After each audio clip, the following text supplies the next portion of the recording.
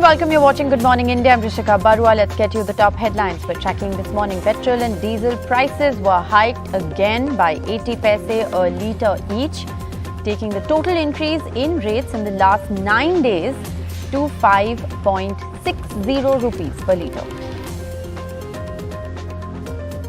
Prime Minister Modi will be attending the 5th BIMSTEC summit today. The summit meeting is being held virtually and is being hosted by Sri Lanka. After Turkey talks, Ukraine hands over a draft agreement to Moscow. Ukraine offers neutrality, abandons its long-standing demand to join NATO. Russia negotiators say de-escalation, not ceasefire. They also say they will drastically reduce military operations near Kyiv.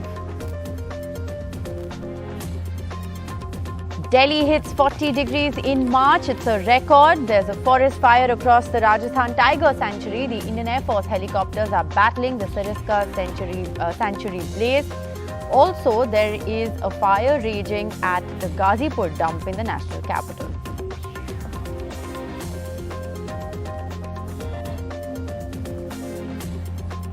And 30 years later, Top Gun returns. Tom Cruise leads trailer of the Top Gun sequel.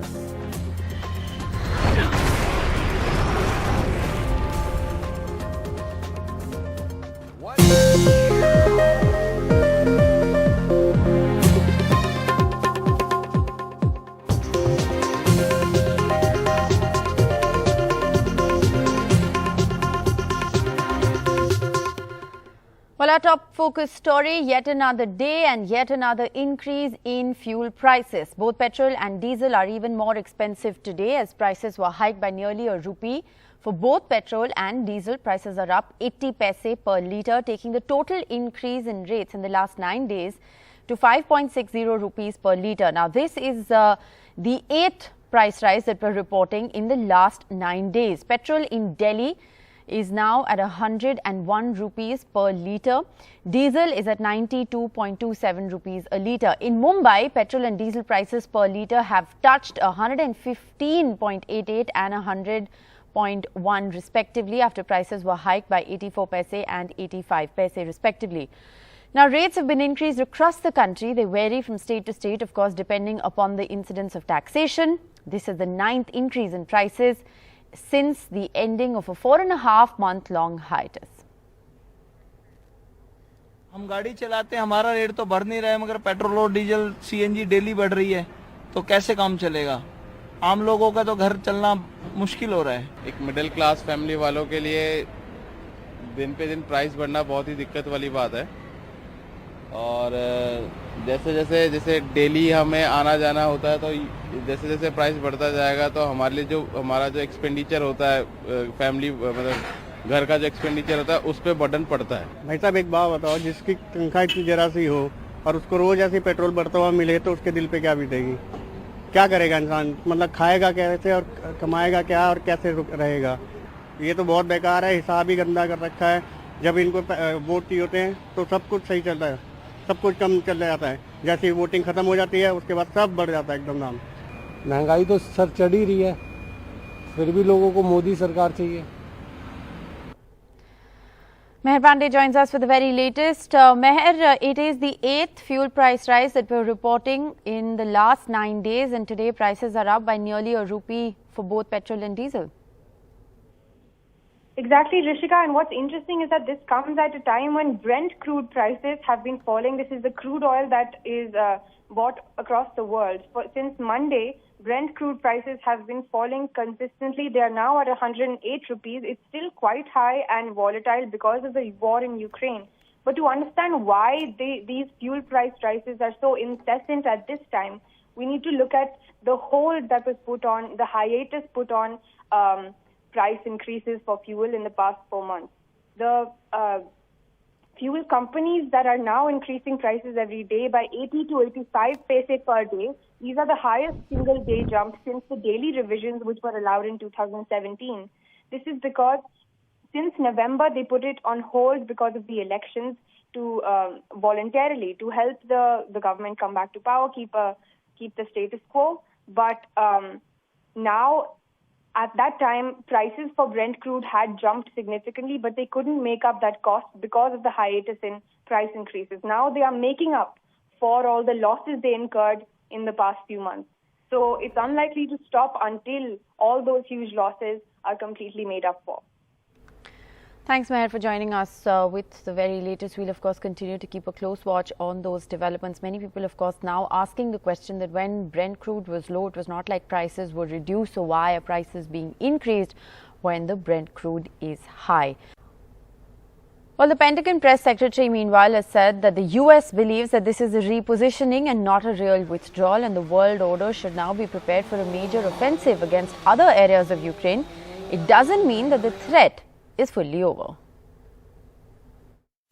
But we believe that this is a repositioning, not a real withdrawal, and that we all should be prepared to watch for a major offensive against other areas of Ukraine. It does not mean that the threat to Kyiv is over. And one of the most significant developments in the war in Ukraine in the last 48 hours has been news of Ukrainian counterattacks. Vishnu has the details. In the map of Ukraine, let's first pull up several of the key areas, the key cities. And these are all cities, many of which are essentially under siege at this stage, but they continue to have Ukrainians fighting the Russians. This is the area where there has been progress. The cities of Kyiv and Chernihiv, these are the cities where the Russians have said that by a significant factor, they're going to be de-escalating over here from Kyiv and Chernihiv. That is extremely, extremely welcome news. Now, if that is to happen, then what is it that Russia is trying to secure in terms of its interests? And one would suggest that that has a lot to do with the Donbass region. The Donbass region over here with the cities of Lugansk and Donetsk is absolutely significant because remember, separatist forces loyal to the Russians have controlled this area since 2014. A couple of weeks back, Vladimir Putin said that these, as far as Russia was concerned, was independent. And this has been Russia's core position, the maintenance of the Donbass region. Now, if that is what Russia is trying to secure, it might need to reinforce their soldiers in this area because, and we'll show that to you next, in fact, this is all the white areas over here are areas controlled by the Russians. The Russians are trying to move westwards along what is really a line of actual control in the Donbass region.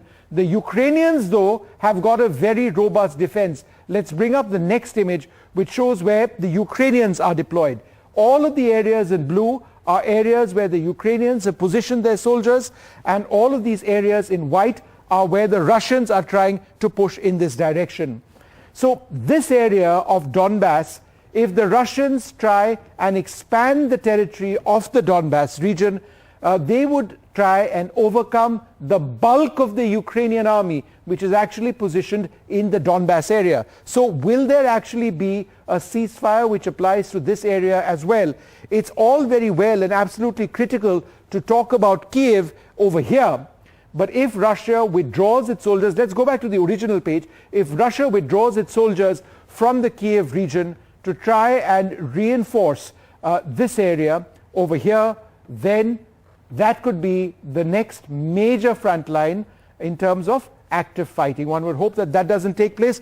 A final point over here, Ukraine has made very significant progress in Irpin, which is located near Kyiv, and in an area south of Sumy in the last 24 to 48 hours, and in Kherson over here, which had seen a huge Russian presence. There is now an active Ukrainian presence as well, so it is disputed. And this entire country till date has contested airspace, that despite the fact that Ukraine's air force is very small compared to Russia, the fact that they've got several state-of-the-art defensive weapon systems, and we'll be talking about that in a moment, means that Russia has not been able to establish dominance of airspace over here. The International Monetary Fund's chief said on Tuesday that the global lender has no problems with Russia and that its board can only suspend the country if the fund's membership says it can't recognize the government any longer. That is a very tall order. That's what the IMF managing director Kristalina Georgieva said at the World Government Summit in Dubai in response to a question about consequences against Russia over its war in Ukraine. The fund approved emergency financing of $1.4 billion for Ukraine on March the 10th. Now, this is in addition to a disbursement of $700 million, which is around 630 million euros to the country before the war, which was launched by Russia on February the 24th. The war in Ukraine is devastating for Ukraine. It would shrink probably about 1/3. It is very bad for Russia. Russia is going to be in deep recession this year, but it also spills over to the rest of the world. It goes far, it goes fast. Well, we have no programs with Russia. Our Moscow office is not operational. And while President Joe Biden says that he is waiting to see how Russia adjusts its troop presence in Ukraine before assessing the intent behind them. Speaking to reporters at the White House, Biden was asked whether the withdrawal was a sign that negotiations to rein in the month-long invasion might be showing progress, or an indication that Russia was merely trying to buy time to continue its assault on Ukraine. As for the negotiations between Russia and Ukraine, Biden said the consequences of Western allies is to see what they have to offer. Singapore's Lee Hsien Loong, in response to a reporter's question, said he believed that the Biden administration was trying to develop a stable, predictable relationship with China. We'll see. I don't read anything into it until I see what their actions are. We'll see if they follow through on what they're suggesting. There are negotiations that have begun today, or not begun, continued today, one in Turkey and others. I had a meeting with the heads of state of our 4 allies in NATO, France, Germany, the United States, and Great Britain. And there seems to be a consensus that let's just see what they have to offer. We'll find out what they do. But in the meantime, we're going to continue to keep strong the sanctions. We're going to continue to provide the Ukrainian military with their capacity to defend themselves. And we're going to continue to keep a close eye on what's going on. And the Russia state TV, meanwhile, released video footage on Tuesday, which essentially was released to show street fighting in Mariupol, which is, of course, a southern Ukrainian city, where fighting has continued for over a month. The strategic port city is practically within Russia's control. The video features people in a basement, including, according to state TV, newborn babies and wounded people. Now, there were over 100 people in the basement, according to the video, and according to the Russian TV channel RTR, the outskirts of the city are already under full control of the forces of the self-proclaimed Donetsk People Republic. But the central regions, in particular, the left bank of Mariupol, house-to-house fighting is continuing. In the past 24 hours, 2 people have died and 29 others have been injured, according to Russian TV stations. Now, the United States President Joe Biden is sending his top advisor and key person leading his administration's economic sanctions on Russia to India, which has so far refused to toe the American line and maintained its own independent strategic position. The Deputy National Security Advisor for International Economics, Dalip Singh, an Indian American, will be in New Delhi over today and tomorrow.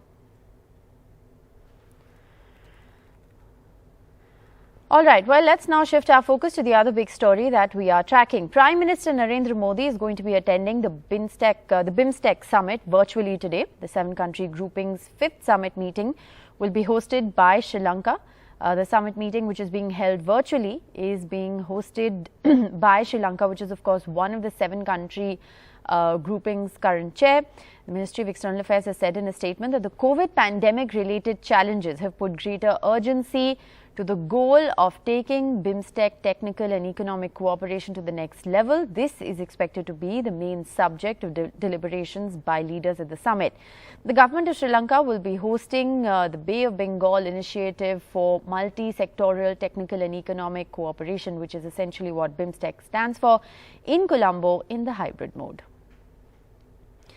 Now, in a letter dated 27th of March, Mamata Banerjee has written to opposition leaders across the country over alleged misuse of central agencies by the BJP government.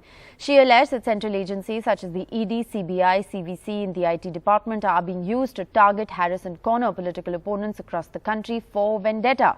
She wrote, "We all must resist the ruling BJP's intention to misuse these central agencies with the sole intent of suppressing opposition leaders. Central agencies are jolted to action just when elections are around the corner."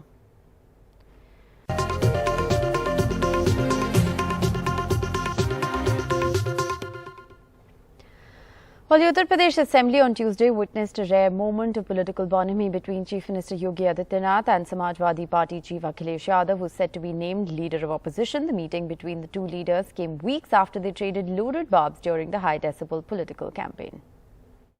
जो हम देश के अंदर भी देखते हैं, उत्तर प्रदेश के अंदर भी देखते हैं, जनता कभी नकारात्मकता को स्वीकार नहीं करती, कभी नहीं। नकारात्मकता के लिए उसके हृदय में कोई स्थान है ही नहीं। जो सकारात्मक होगा, जो प्रगतिशील होगा, जो लोक कल्याण का कारक होगा, जनता उसी को अंगीकार करती है। अभी तो केवल हम इतना कहना चाहते हैं विपक्ष के होने के नाते कि समय समय पर आपके संरक्षण की जरूरत पड़ेगी और जितना आप विपक्ष को मौका देंगे उतना लोकतंत्र मजबूत होगा, क्योंकि आज इलेक्टेड गवर्नमेंट के आप स्पीकर हैं। हम सब जनता के बीच में गए थे, उसके बाद इलेक्ट होकर के आए, और जब हम इलेक्ट होकर के आए हैं तब हमने आपको इलेक्ट सर्वसम्मति से बैठाया है। आपको उतना ध्यान देना पड़ेगा कि जो इलेक्टेड गवर्नमेंट है वो कोई तानाशाह गवर्नमेंट न बन जाए। A second BJP leader from Karnataka has spoken out against the state government. The MLA from Belagavi North has said it is wrong to ban Muslims from setting up shops at temple fairs. Should not happen. BJP H. Vishwanath and now Anil Benake, a BJP MLA from Belagavi in North Karnataka, speaking out against the discrimination against Muslim vendors. The Muslims were banned from opening stalls at Hosa Mariguri Temple Fair in Rupee, coastal part of Karnataka, sparking a major controversy. ಇಲ್ಲ ತಪ್ಪು ಈ ನೋಡ್ರಿ ತಪ್ಪಲ್ಲ ನಾ ತಪ್ಪು ಅನ್ನೋಕ್ಕಿಂತ ಪೆಲ್ಲ ಸಂವಿಧಾನ ಅವ್ರಿಗೆ ಎಲ್ಲರಿಗೂ ಅವಕಾಶ ಅದ ಪ್ರತಿ ಒಬ್ಬ ಮನುಷ್ಯಾಗ ಪ್ರತಿ ಬೇರೆ ಬೇರೆ ವ್ಯವಸಾಯ ಮಾಡ್ಲಿಕ್ಕೆ ಎಲ್ಲಾ ಕಡೆ ಅವಕಾಶ ಅದ. Vishwanath had openly criticized the government for staying mum over the issue. Benake, however, said the government had no role in the ban, even though it was the district local administration in Rupee district that had enforced it. ನಂದು ಏನು ಹೇಳೋದು ಇಲ್ಲ, ಅವ್ರು ಹೇಳ್ಕೊಂಡ್ ಬರ್ತಾರೋ ಆದ್ರೆ ಸಂವಿಧಾನ ಪ್ರಕಾರ ಅದು ಕರೆಕ್ಟ್ ಅಲ್ಲ. ಸಂವಿಧಾನ ಪ್ರಕಾರ ನೋಡಿದ್ರೆ ಎಲ್ಲರಿಗೂ ಎಲ್ಲರೂ ವ್ಯವಸಾಯ ಮಾಡಬೇಕು, ಆದ್ರೆ ಜನರು ಇವತ್ತು ಶಾನೆ ಆಗಿದ್ರು ಎಲ್ಲಿ ಯಾರು ಖರೀದಿ ಮಾಡಬೇಕು ಅದು ಡಿಸೈಡ್ ಮಾಡಿದ್ದಾರೆ. Despite the growing voices of dissent from within the BJP, the Chief Minister has so far remained silent. But the opposition has accused the Chief Minister of being a puppet of the RSS. Our Chief Minister is a puppet of particular organizations. On their direction he is running the government. To safeguard his seat, whatever they are giving direction, he is taking decision. Where is the decision of this government about this development? Around 61 intellectuals, which include Professor S.G. Siddaramaiah, writer and activist K. Neela, Kannada writer and critic Dr. Rehmat Tarikere, wrote to the Chief Minister seeking his urgent intervention into the growing communal politics across the state. In Bengaluru, with camera person Kumar, Shrija for NDTV. With that, we're slipping into a short break. Coming up on the other side, heat wave conditions and forest fires. We'll bring you the details. Welcome back. Delhi's Patala House Court on Monday granted bail to the Bulli Bai app case accused Neeraj Bishnoi and Suli Deals app creator Omkareshwar Thakur. The apps uploaded photos of several Muslim women without their consent for a virtual auction. Both accused, however, will continue to remain in jail as they face charges in other connected cases as well. The court has considered that the accused are first-time offenders and continued incarceration would be detrimental to their overall well-being. The court, however, imposed strict restrictions on the accused persons so that they can't threaten any witness and tamper with any evidence. Sukirti spoke with the accused's lawyer for more. I have with me right now Mr. Sahil Bhalek. He is the lawyer for the accused Omkareshwar Thakur, who is the creator of the Sulli Deals app. That is, he's accused of creating that app, and all of these apps were involved in putting up photos of Muslim women for their online auction. We will speak to Mr. Bhalek for more.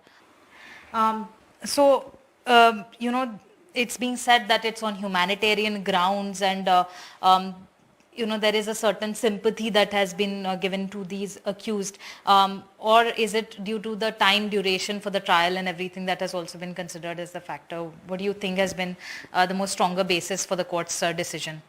If you see the order in detail, the ground is only of filing the charge sheet. The court has only said that because Omkareshwar Thakur has been accused for the first time, therefore nothing will be achieved if he is kept in custody.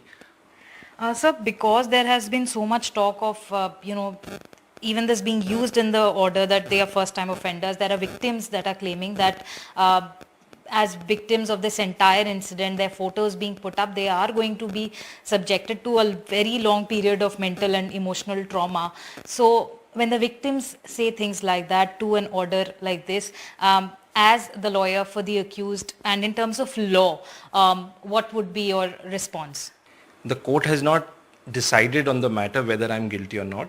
I am presumed to be innocent. In fact, it is the Delhi police which needs to investigate and find out who are the real culprits. As per the Delhi police, there is a Twitter group called Trad Mahasabha, of which there are various members. Till date, only one arrest has been made, which only goes to show that the version of the police is fabricated. Had that been true, there would have been other arrests made.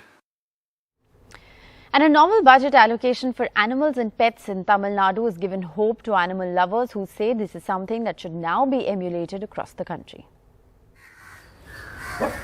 From dogs to monkeys, horses to camels, Shravan rescues around 2,000 animals every year at Chennai's Besant Memorial Animal Dispensary.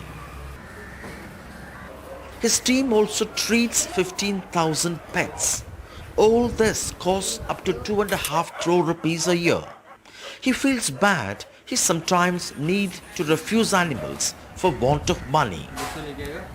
Now in a first of its kind allocation in the budget, 20 crore rupees set aside by Tamil Nadu's Finance Minister PTR Palanivel Rajan, an animal lover himself, it's hoped would help NGOs taking care of abandoned animals. I think this is such a positive change, and I think it will benefit so many animals across the state. 30 kilometers away along the IT corridor, this shelter run by Manoj is also home for chronically ill dogs and cats that require lifetime medical care.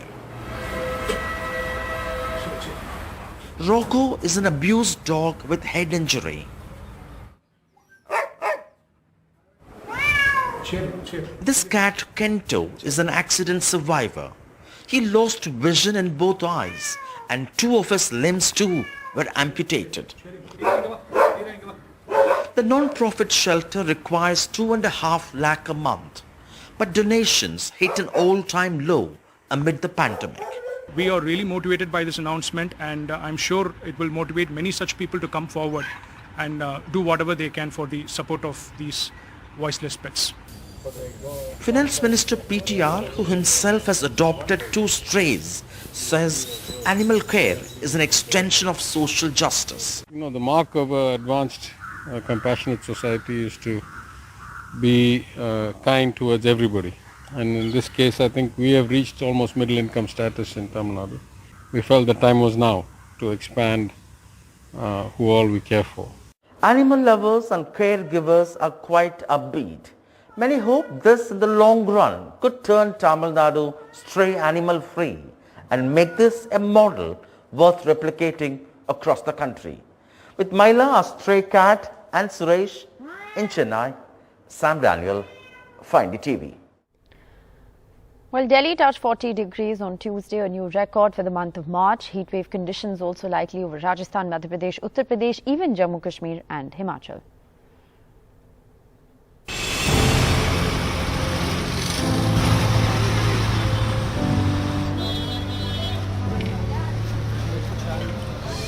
Delhi NCR has crossed the 40 degrees Celsius mark for 2 days in a row. The same is expected for tomorrow. This is 8 degrees above normal for this time of the year. Actually morning में थोड़ा weather ठीक था, comfortable था, तो हमने सोचा कि आज प्रॉपर रहेगा, लेकिन जब घर से निकला तब फील किया कि नहीं, इट्स टू हॉट और हाँ, इसमें मैनेज करना थोड़ा मुश्किल तो हो रहा है। फरीदाबाद से जब से निकले हैं तो ये तीसरी बोतल खोल चुके हैं हम क्योंकि रास्ते में भी ट्रैफिक जाम भी बहुत ज़्यादा था। कहाँ से हैं? मेरठ से। मेरठ से। दिल्ली में अभी गर्मी बहुत बढ़ गई है, आपको कैसे लग रही है गर्मी? बहुत ज़्यादा लग रही है गर्मी। अच्छा, अपने यूपी से ज़्यादा लग रही है। अच्छा, अपनी यूपी से ज़्यादा है। यहाँ जू आए हैं, इसके बाद क्या क्या करेंगे? बट घर चले जाएंगे इसके बाद। और गर्मी में और कुछ नहीं किया जा रहा है? नहीं, यही घूम ले, यही काफ़ी है। Experts say the heat is being carried from Pakistan, which is crossing 45 degrees towards western and parts of North India. Presently, we have a daily severe heat wave conditions as per the temperatures. Even Rajasthan also we have a severe heat wave conditions, and even West MP also we are expecting severe heat wave conditions. Presently, northerly wind likely to come over, specifically over Punjab, Haryana and Western Himalaya region. Even Delhi temperature will also comfortable after 2 days. But the heat wave conditions over entire initial other parts like Rajasthan, Madhya Pradesh, it is likely to continue next 4-5 days. The reason for the heat is that western disturbances or storms from the Atlantic Ocean have not yet entered India. For the past 4 years, western disturbances have skipped India in the month of March. Without them, the weather is dry and cloudless. The effects of global warming have been made worse by the absence of westerly winds this month. But Delhiites have braved the severe heat wave anyway, armed with cold drinks and ice creams. With Kanan Patra, Meher Pandey for NDTV. And there's been a fire raging in the forest area of Siriska Tiger Reserve in Rajasthan's Alwar, according to officials, adding that it's been known for the last 24 hours. 2 Indian Air Force helicopters have been pressed into service to bring the blaze under control. The cause of the blaze, which erupted on Monday evening, is yet to be ascertained. Tiger movement in the area has been affected by the fire. Around 150 to 200 people, including the forest staff, are engaged in controlling the fire. Well, another day and another rise in fuel prices. Petrol and diesel prices were hiked by almost ₹1.80 per litre for each petrol and diesel. Now, this has taken the cumulative increase to around 5.60 rupees per litre in the last 9 days. This is the 8th fuel price rise in the last 9 days that we're reporting on. Take a look at petrol and diesel prices in your cities. Petrol and diesel is now at 101 rupees a litre. This against 100 rupees that it was yesterday. Diesel is at 92.27 rupees a litre in Delhi. In Mumbai, petrol has reached 115.88 rupees a litre and diesel is currently at 100 rupees a litre. Rates have been increased across the country. They'll of course vary from state to state. So the rates in your state or city will of course depend on the incidence of local taxation that the state government is imposing. But people have been hit hard by the 9th increase in fuel prices in just the last 8 days. Let's listen in to the reactions that are coming in. हम गाड़ी चलाते हैं, हमारा rate तो बढ़ नहीं रहा है, मगर पेट्रोल और डीजल सीएनजी डेली बढ़ रही है, तो कैसे काम चलेगा? आम लोगों का तो घर चलना मुश्किल हो रहा है। एक मिडिल क्लास फैमिली वालों के लिए दिन पे दिन प्राइस बढ़ना बहुत ही दिक्कत वाली बात है। और जैसे डेली हमें आना जाना होता है, तो जैसे जैसे प्राइस बढ़ता जाएगा तो हमारे लिए हमारा जो एक्सपेंडिचर होता है, फैमिली मतलब घर का जो एक्सपेंडिचर होता है, उस पर बर्डन पड़ता है। भाई साहब एक बात बताओ, जिसकी तनख्वाह इतनी जरा सी हो और उसको रोज ऐसे पेट्रोल बढ़ता हुआ मिले तो उसके दिल पे क्या बीतेगी? क्या करेगा इंसान? मतलब खाएगा कैसे और कमाएगा क्या और कैसे रहेगा? ये तो बहुत बेकार है, हिसाब ही गंदा कर रखा है। जब इनको वोट दिए होते हैं तो सब कुछ सही चलता है, सब कुछ कम चल जाता है। जैसे वोटिंग खत्म हो जाती है उसके बाद सब बढ़ जाता है एकदम दाम। महंगाई तो सर चढ़ ही रही है, फिर भी लोगों को मोदी सरकार चाहिए। And let's go right across to Meher Pandey joining us from the national capital. Meher, prices have been hiked for a 9th time in just the last 8 days. And people, of course, have been hit hard as, prices are up by nearly 6 rupees in the last 9 days. Yes, Shishika, we are at a petrol station in Mulchand in New Delhi, and we will try to talk to some of the people here. But of course, the prices have gone up by 80 paise per day. That's almost a rupee per day, and these are huge increases, the highest since daily revisions were actually allowed in 2017. We will try to speak to some people here.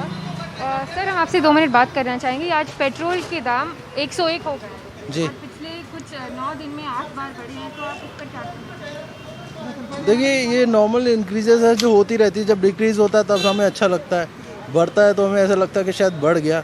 But ये कि बड़ी एक strategy है जिसके तहत ये सब चीज़ें होती हैं. आई थिंक गवर्नमेंट जिस तरीके से डिसीजन ले रही है हमें समझना चाहिए उन चीज़ों को भी. सिर्फ प्रतिकार करना बहुत आसान होता है, उंगली उठाना सस्ता हो गया तो क्लैप कर दिया.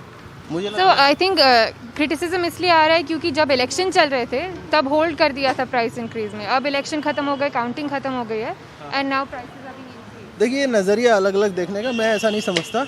मुझे लगता है इसके पीछे बहुत सारी ग्लोबल इकोनॉमी और ग्लोबल स्ट्रैटेजी. आपके घर में भी कोई इश्यूज नहीं आते? इश्यूज आते हैं बिकॉज हमें फेस तो करने पड़ेंगे. बिकॉज देखिए, अगर एक ग्रोइंग कंट्री है तो बहुत सारी ऐसी चीज़ें हो सकती हैं जी. We'll also try to speak to some more people. Sir, आपसे 2 मिनट बात करना चाहेंगे. आज पेट्रोल के दाम 101 हो गए हैं. पिछले 9 दिन में 8 बार बढ़े हैं. हाँ, मैं क्या बोलूँ मैडम, बढ़ेंगे तो मैं थोड़ी रोक सकता हूँ. बढ़ेंगे तो बढ़ेंगे ही, इसमें कोई मैं तो रोक. लेकिन आपके घर में दिक्कत आई होगी क्योंकि जो जब आएगी तो देखी जाएगी. इसमें क्या है, सभी के लिए, मेरे लिए अनोखा तो है नहीं. One more person we'll try to speak to here. There is some frustration we're sensing. But sir, आज आप पेट्रोल के दाम पर बात करना चाहेंगे कि 101 हो गए हैं, 9 दिन में 8 बार बढ़े. हाँ जी, मैं बिल्कुल कहना चाहूँगा पेट्रोल के दामों के लिए. ये पेट्रोल के दाम बढ़े जा रहे हैं. क्यों बढ़े जा रहे हैं मेरे को समझ में नहीं आता. क्योंकि हमें बहुत परेशानी होती है. पहले हम देखते थे कि जो काम हमारा 70 रुपये में हो सकता था, आज उसके लिए अगर मैं एवरेज लगा के चलता हूँ तो आज मेरे को ना 200 रुपये से भी कम में, मतलब 200 रुपये भी पर डे का पेट्रोल डलवाता हूँ ना, तो वो भी बहुत, उससे बहुत कम पड़ जाता है. पहले घर में दिक्कत आई होगी और चीज़ों में जो. हाँ जी मैम, बहुत दिक्कत आई है. घर में पेट्रोल के साथ साथ गैस के दाम भी तो बढ़े हुए हैं, उसमें मेरे को बड़ी प्रॉब्लम हो रही है. और सैलरी हमारी उतनी बढ़ती नहीं है क्योंकि एक मैं प्राइवेट सेक्टर में ही काम करता हूँ. सैलरी तो हमारी बढ़ती नहीं है. पेट्रोल के दाम, हर चीज़ पे जो दाम बढ़ते जा रहे हैं ना, उससे हमारे को घर चलाना भी बहुत भारी पड़ रहा है. So as you can see, there are a lot of people, different views on the petrol price hike, but there is a lot of frustration as well because these are huge increases almost every day.